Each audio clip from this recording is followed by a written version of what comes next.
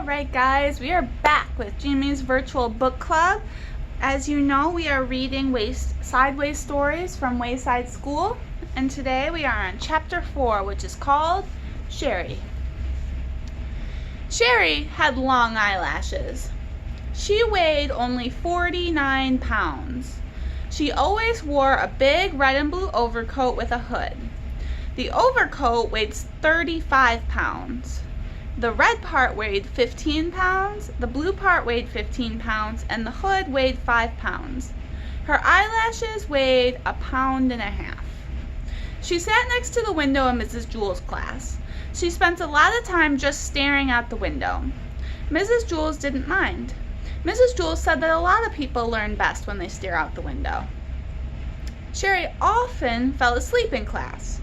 Mrs. Jules didn't mind that either. She said that a lot of people do their best learning when they are asleep. Sharie spent all her time either looking at the window or sleeping. Mrs. Jules thought she was the best student in the class. One afternoon it was very hot. All the windows were open, yet Sharie still wore her red and blue overcoat. The heat made her very tired. Mrs. Jules was teaching arithmetic.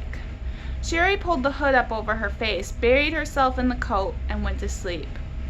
"Mrs. Jules," said Kathy, "Sharie's asleep."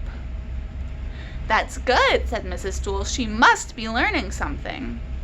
Mrs. Jules continued the lesson. Sharie began to snore. "Mrs. Jules, Sharie is snoring," said Kathy. "Yes, I can hear her," said Mrs. Jules. "She must be learning an awful lot today. I wish the rest of you could be like her." Sharie began to toss and turn. She flopped over on top of her desk, then rolled over on top of Kathy's desk.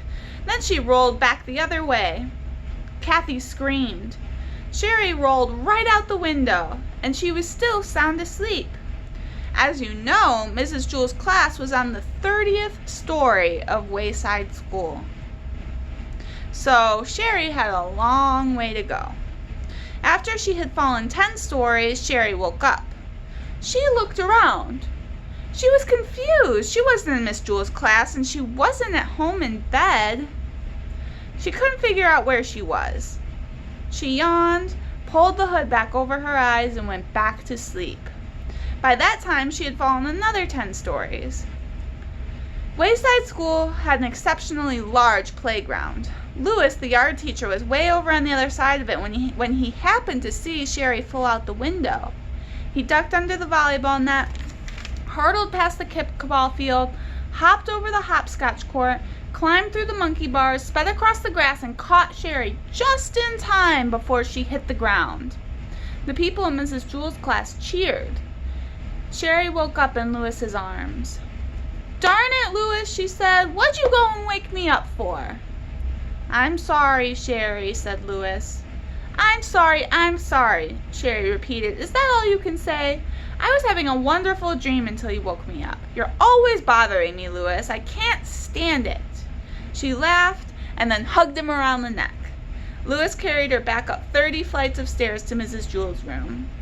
That evening, when Sharie went to bed, she was unable to fall asleep. She just wasn't tired. Alright guys, that was Chapter 4 of Sideways Stories from Wayside School. I hope you enjoyed it. Tune in next week. We're going to be doing Chapter 5, which is called Todd. Okay guys, I hope you liked reading with me today. I always love it with you. Have a good day. Bye.